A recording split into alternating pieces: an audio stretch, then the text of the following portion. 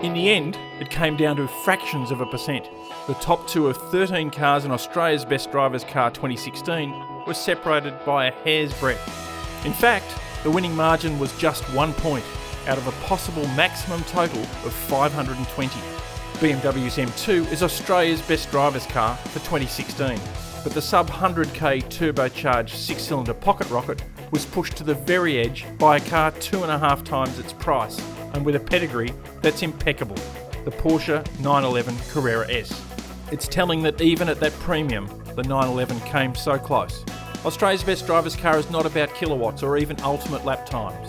It's about how a car makes you feel when you're behind the wheel. That's why we ask a range of drivers to participate as judges, from highly skilled racers through to more consumer-focused testers. They all have different wants, but they also share a love of driving. Right from the start of our rollout of Australia's Best Drivers Car results, there was controversy when Ford's sold-out XR6 Sprint was declared stone motherless last. But the final Fast Falcon wasn't the only car to disappoint. The Mercedes-AMG C63S sedan was super fast at Baskerville, but significantly flawed on the road. An early favourite, Audi's RS3 was found wanting on Tasmania's challenging roads. The surprise standout was the lion-hearted Peugeot 308 GTI 270.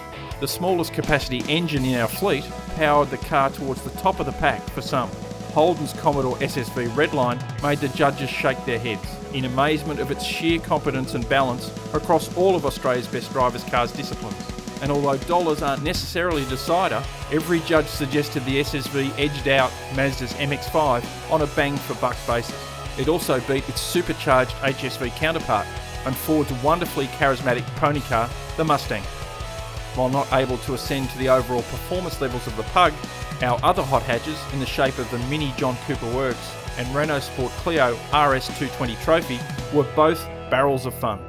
The 4-pore Jaguar F-Type S showed all-wheel drive can be engaging, but it didn't reach the lofty heights of its rear-drive V8 predecessor. In the end, after a week of testing across what we believe are Australia's best roads, track laps, straight-line datums, and many, many formal and less formal discussions between judges, the final margin was so close it demanded not one, but 3 recounts. And, by 1 point only, it was the M2. The BMW triumphed because more of our judges could access and appreciate more of its performance. Driving a 911 fast requires commitment and no shortage of technique. In contrast, even at the very limit, the M2 is quite forgiving, and that instills a sense of connection with a wider range of enthusiast driver types and abilities. This is the born-again compact 6-cylinder BMW coupe we were waiting for, possessed of a combination of exquisite steering, brakes and handling. The 911 may have ultimately been quicker, faster and better on track, but the M2's perfect blend of power, grip, balance and interaction made it the most rewarding driver's car for more of our judges on more of the roads, more of the time. 1 point, 1 winner. Congratulations, BMW M2.